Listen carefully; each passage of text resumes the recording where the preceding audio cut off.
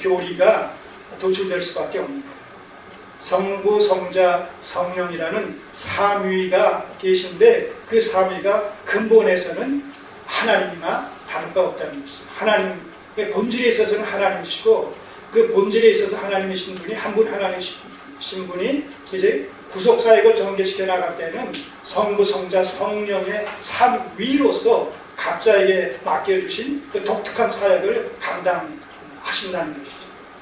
그런 개념이 이 독생자의 개념에 하나님의 독생자다라는 그런 개념 속에 바로 성부, 성자, 성령 이 삼위 하나님 중에 제2위인 성자에 해당되는 그 아들됨을 그 표현한 용어가 독생자다 그런 의미입니다. 잘 모르겠죠 그래도.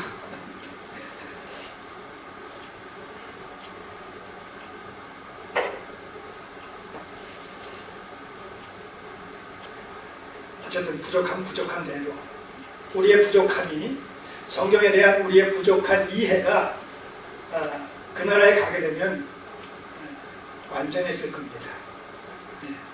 사실 생각해 보세요. 하나님의 나라에 대한 이야기, 하나님께서 말씀하신 무한하신 전지전능하신 하나님께서 말씀하신 것을 유한한 이 세상에서 유한한 인간이 어찌 100% 이해하고 깨달을 수가 있겠어요? 알 수가 있겠어요? 그 자체가 어불성설 아니겠습니까? 말이 안 되는 거죠. 그러니까 부족하면 부족한 대로 그냥 90%의 수준은 90% 수준의 그 지식을 가지고 거기에 대한 믿음을 가지고 그게 살아가는 거예요. 10%를 이해하지 못한다고 해서 나머지 알고 있는 90%까지 부인하는 이런 어리석음을 우리가 자아내서는 안 되겠지. 자, 이렇게 사도 요한은 예수께서 창세 전부터 선재하셨던 하나님으로서 하나님의 자기 계시인 말씀으로 존재하셨으므로 말미암아 이제 그 말씀이 육신을 입고 세상 가운데 구주로서 오신 분이 예수 그리스도다. 이 사실을 계속 논증을 하고 있는 얘기가 3절까지의 얘기입니다. 자, 오늘 특별히 이 4절부터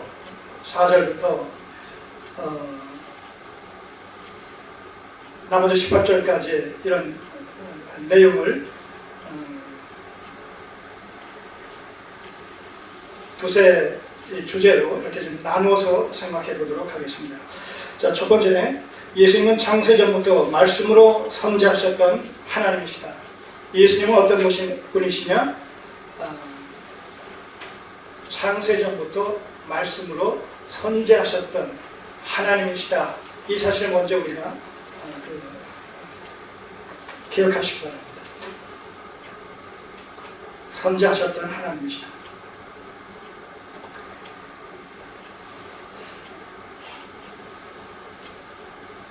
3절을 보면 만물이 그로 말미암아 지은 바 되었으니 지은 것이 하나도 그가 없이는 된 것이 없느니라. 이 선재하셨던 하나님께서 창세기 1장 1절 이하에서 나타나고 있는 하나님의 창조 사역에 동참하셨다는 것이죠. 동참하셔서 말씀이신 제2위 성자 하나님께서 제1위 성부 하나님의 창조 사역에 성부, 성자, 성령이 다 동참하셨다는 것이죠. 그게 태초에 하나님이 천지를 창조하시니라. 땅이 혼돈하고 공허하며 흑암이 깊은 위에 있고 하나님의 신, 곧 성령은 수면 위에 운행하시니라. 하나님이 가라사대, 이 가라사대가 뭐야? 말씀하시되, 말씀으로 명하시되 이런 뜻이죠. 바로 이 말씀이 누구예요? 예수 그리스도라. 하나님의 가라사대 빛이 있으라 하심에 빛이 있었다는 거예요. 자, 이렇게 최초의 빛이 있으라고 하나님께서 빛을 창조하시는 과정 속에서 바로 이 말씀으로 창조하심으로 말미암아 말씀을 통해서 말씀으로 명하심으로 말미암아 창조하심으로 이 말씀의 근본 되신 말씀의 정체이신 실체이신 예수 그리스도께서 바로 이 창조 사역에 동참하셨다라는 그런 의미가 성립되어지고 그것을 보다 구체적으로 여기서 지금 이렇게 설명하고 있는 거예요. 만물이 그로 말미암아. 여기서 그로는 그 앞에 무엇을 대신하죠? 본문 중에서는 말씀을 얘기한단 말입니다. 말씀 1절에 있는 계속 그 말씀을 그로 말미암아 그가 태초에 이 모든 이 대명사가 바로 이 말씀을 얘기하고 있단 말이죠. 그 말씀이신 예수 그리스도께서 그로 말미암아 말씀으로 말미암아 지은 바 만물이 말씀으로 말미암아 지은 바 되었으니 지은 것이 하나도 그가 없이는 된 것이 없다.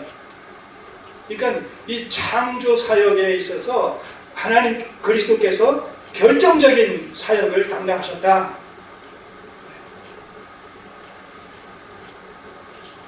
바로 이 내용이 어디 속에 있습니까?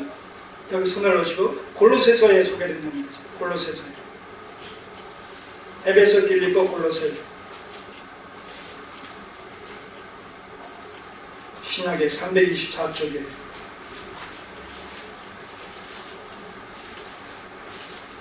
16절 1장 16절 만물이 그에게 창조되되 이게 그가 누구예요? 그 앞에서 보게 되면 아들 되신 예수 그리스도예요. 창조되되 하늘과 땅에서 보이는 것들과 보이지 않는 것들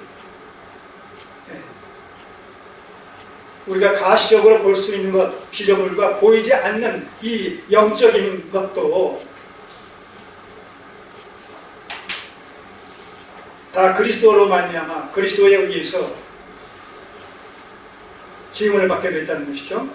보이는 것들과 보이지 않는 것들과 혹은 보좌들이나 주관들이나 정사들이나 권세들이나 이게 보이지 않는 영적인 세계의 그 존재를 얘기하는 것들인데 그것들이 다 만물이 다 그로 말미암았고 그를 위하여 창조되었고 또한 그리스도가 만물보다 먼저 계시고 여기 먼저 계신 선지사상 이것이 지금 태초에 말씀이 계시니라 이 부분에 대한 하나의 참고 본문이 될 수가 있는 증거 본문이 될 수가 있는 것이죠.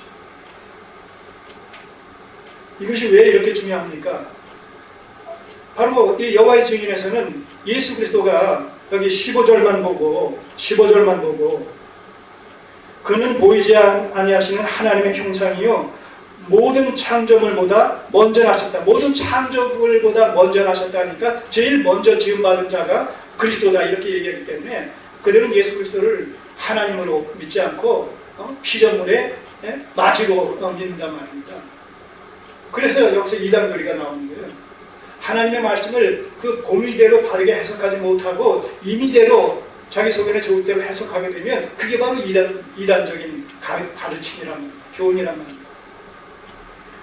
한 줄만 더 나가면 금방 확인이 될 텐데 지엽적인 것에 머무릅니까 안 그래요? 그것을 종합적으로 총체적 관점에서 이해를 해야 될 텐데 지엽에 머물러서 그 부분적인 것을 전체로 확대 해석해서 적용시키니까 그런 모순을 자아내게 되는 것이죠. 만물이 다 그로 말미암아 그를 위하여 창조되었고 그를 위하여 창조되었다는 거예요. 그러니까 만물이 다 예수 그리스도에게 집중되고 예수 그리스도에게 통일된다는 것이죠.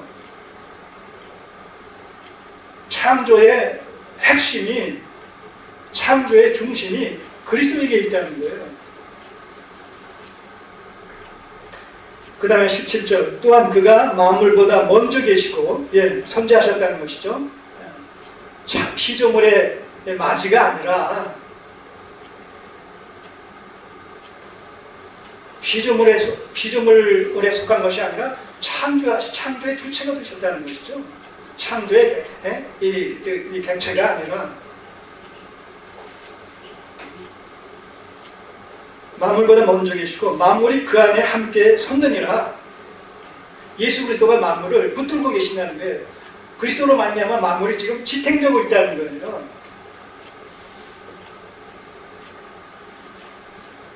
그래서 창조하시고 그것을 관리하시고 그것을 보존하시고 그것을 섭리해 가신다는 거예요. 아이 낳기만 하고 양육하지 않고 그냥 팽개쳐 두는 것이 아니라 다른 이런 부모라면 낳은 아이를 뭐예요? 잘 자랄 수 있도록 양육하게 된다. 그 필요를 다 채워주면서. 그렇듯이 하나님께서 창조하신 후에는 자연의 법칙에 그냥 이 피조세계를 맡겨버려서 그냥 제멋대로 굴러가게 한 것이 아니라 일일이 다 시종일관 관장하시는 하나님이 기뻐하시는 뜻대로 이 세상을 이끌어 가신다는 것이죠. 우리가 봤을 때 세상 역사가 내 기분에 안 맞는 것, 맞지 않게끔 이렇게 진행되어진다 칠지라도 하나님의 모든 것을 합력해 선을 이루시기 때문에 궁극적으로 역사의 종착점은 어디가 되겠어요? 하나님께서 원하시는 그 지점에 오게 되어 있다는 거예요. 그래서 역사의 주관자가 되시는 것이죠. 알파와 오메가가 되신다는 의미가 거기에 있는 것입니다. 자, 다시 요한복음으로 넘어가셔서 자, 이렇게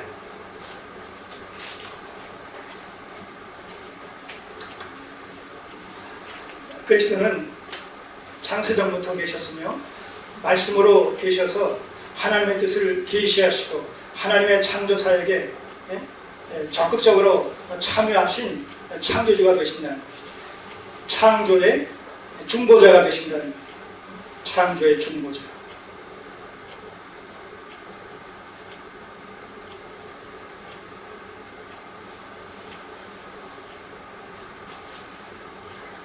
그 다음에 두 번째로 우리가 살펴볼 부분이, 두 번째 주제로 살펴볼 부분이 세례 요한의 등장, 세례 요한의 사역을 통해서 증거된 예수 그리스도. 예수 그리스도가 어떤 분이냐라고 했을 때 세례 요한이 메시아로 그리스도로 증거하신 분이다. 증거한 분이다.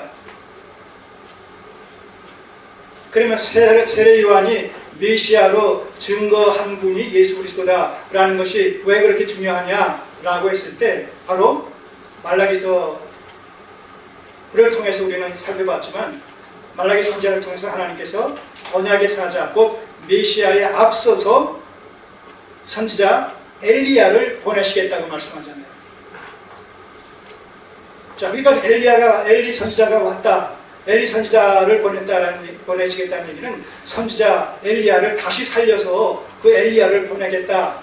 그래서 그로 하여금 예수 그리스도의 사역을 미리 대비시키는 그런 선구자의 사명을 감당하게 하시겠다. 그런 얘기가 아니라 승천한 엘리야를 다시 보내겠다는 것이 아니라 누가복음에서는 뭐라고 얘기합니까? 그 말을 엘리야의 심령과 능력으로 온 세례 요한, 엘리야의 심령과 능력으로 다시 온, 그러니까 엘리야가 온 것이 아니라 엘리야가 갖추고 있었던 그 인격과 그가 담당했던 그런 사역의 정체성을 띈 자로서 보냄을 받은 세례 요한, 이렇게 된다는 것이죠. 그러니까 엘리야와 세례 요한은 같은 인물이에요, 다른 인물이에요. 다른 인물임에도 불구하고 그 사역의 내용을, 사역의 성격과 내용을 보게 되면 동질성을 띠고 있다. 그런 의미란 말입니다. 엘리야의 심정을 가지고 왔다는 거죠. 그래서 엘리야의 능력을 발휘했다는 얘기죠. 그래서 세례 요한이 증거한 자, 증거한 군, 그분이 누구예요? 예수 그리스도가 중요한 이유가 거기에 있는 거예요. 하나님께서 그 메시아 되신 예수 그리스도를 보내시기에 앞서서 그 그리스도를 증거하기 위한 증거자로서, 선구자로서 엘리야의 심정을 가진 자를 보내시겠다고 했는데 그가 왔다는 얘기는 뭐예요? 곧 그가 증거하는 내용이 이제 그리스도를 증거할 것이다, 메시아를 증거할 것이다 라는 대로 발전될 거 아니겠습니까? 그러니까 세례 요한이 증거한 자는 하나님과